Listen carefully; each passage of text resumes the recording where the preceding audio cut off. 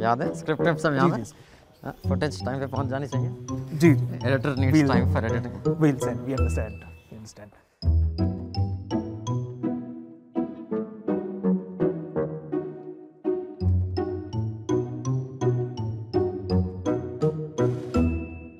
So Modi ji, thank you for coming.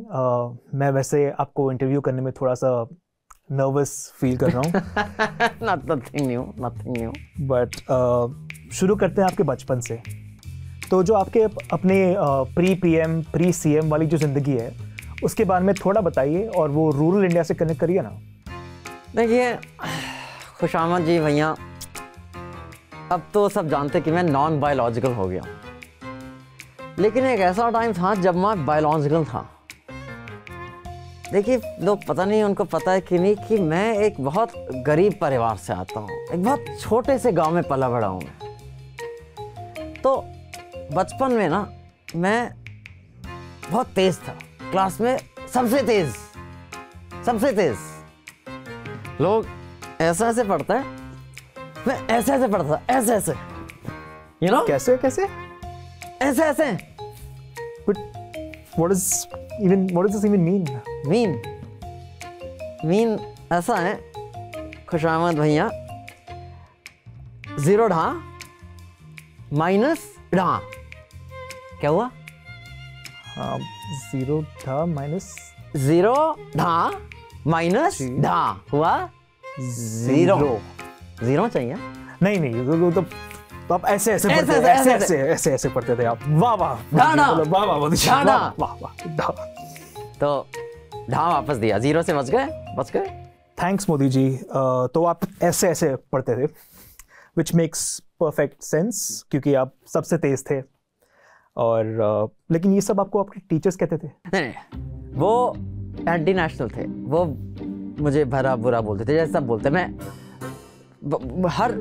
Everybody is very mean to me, very cruel. मतलब 12 साल as chief minister, 11 साल as prime minister, मतलब 23-24 साल हो गए, लेकिन मैं अभी भी विक्टिम हूँ। Everyone very mean to me, मैं बेचारा पूर हाय एवरीवन मीन टू मी। फिर ये सब किसने कहा आपसे? काफी सवाल पूछता है ना। ओके, आगे बढ़ते हैं। Good move.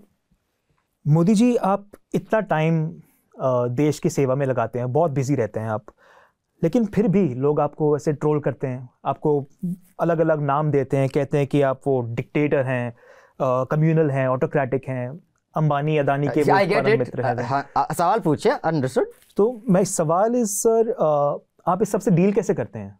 अच्छा सवाल है, बहुत अच्छा सवाल है। मैं भाई पहले तो आपको बता दूं भैया कि पता नहीं मैंने जिक्र किया है कि नहीं कि मैं बहुत गरीब परिवार से आता हूँ, मैं बहुत छोटे से गांव में पला बड़ा हूँ। हाँ, मतलब ये तो सर आपने वो 12 बार बोला हुआ है, यही बहुत बात। अच्छा बता आपने रियली जी? 0 बार बता दो, 0 बार की ढा।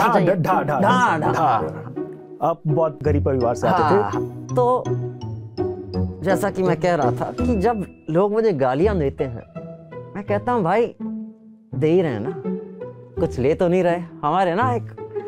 हमारे भैया अहमदाबाद में एक चुटकुला है कि एक स्कूटर पे जा रहा था अहमदाबादी और आगे ठोकर लग गई, तो आगे वाला उसको बोलने लग गया डिक्टेटर हो, ये हो वो, जो भी गंदी गंदी बातें।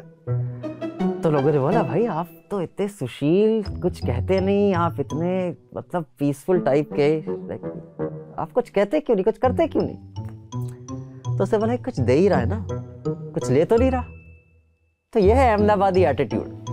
तो वो दे ही रहा है, कुछ ले तो नहीं रहा, तो जो उनके पास है वो देता है, जो मेरे पास है वो मैं दे देता हूँ। जैसे कि ढा, करेक्ट, ढा। जिन लोगों को ढा चाहिए ढा, लेकिन भैया जिन लोगों को और कुछ चाहिए, जैसे कि सीबीआई है, इनकम टैक्स है, नोटिसेस हैं, मतलब एनआईए है, ईडी है, बहुत कुछ है, तो मैं वो दे देता हूँ।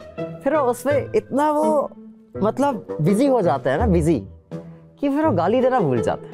Very nice. हाँ, और ऐसे में उनको इस सब के साथ एक एक्स्ट्रा 2AB भी मिल जाता है, मिलता है कि नहीं मिलता एक्स्ट्रा 2AB? मिलता है, बट 2AB बोले तो मतलब डबल स्पीड पर आगे बढ़।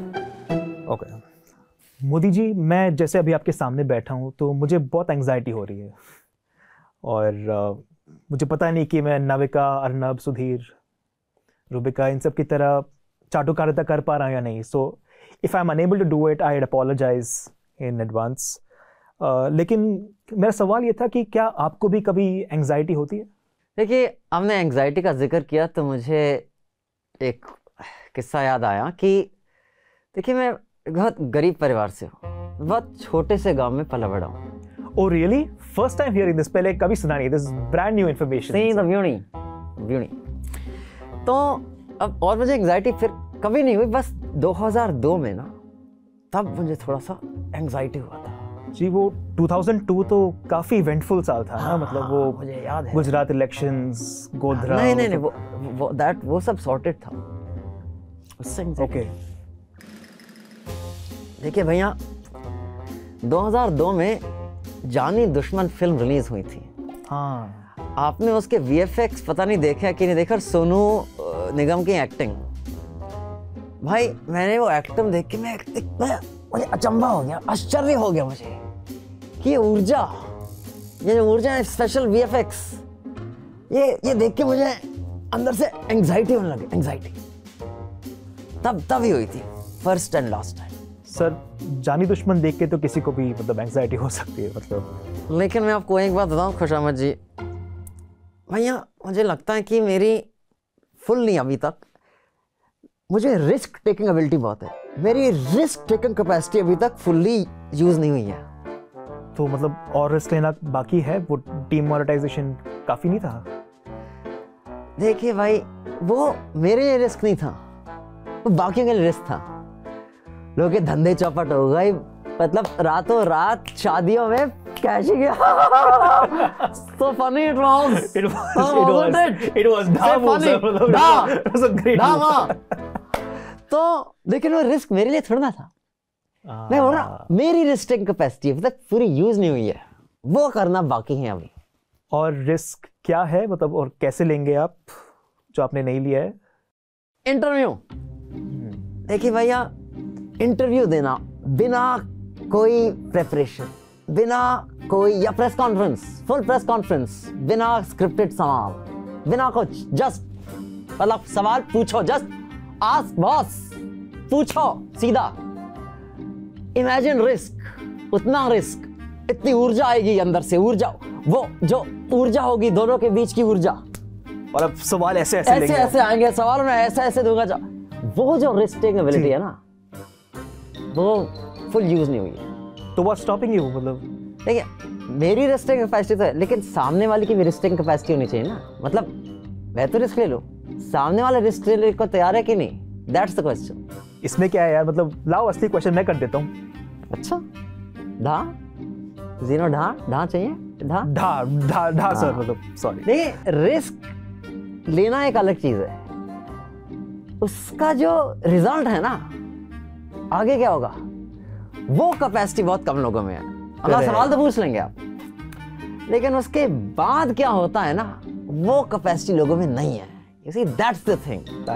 वही रोक रखा है, इसलिए मेरी गलती है।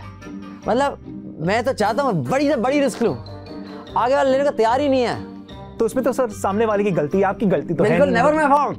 वो नहीं रिस्क लेना चाहते और बोलते हैं I look bad। Never my fault। It's not your fault। They're always their fault। It is their fault। मतलब सर आप तो मतलब वाह डांडा।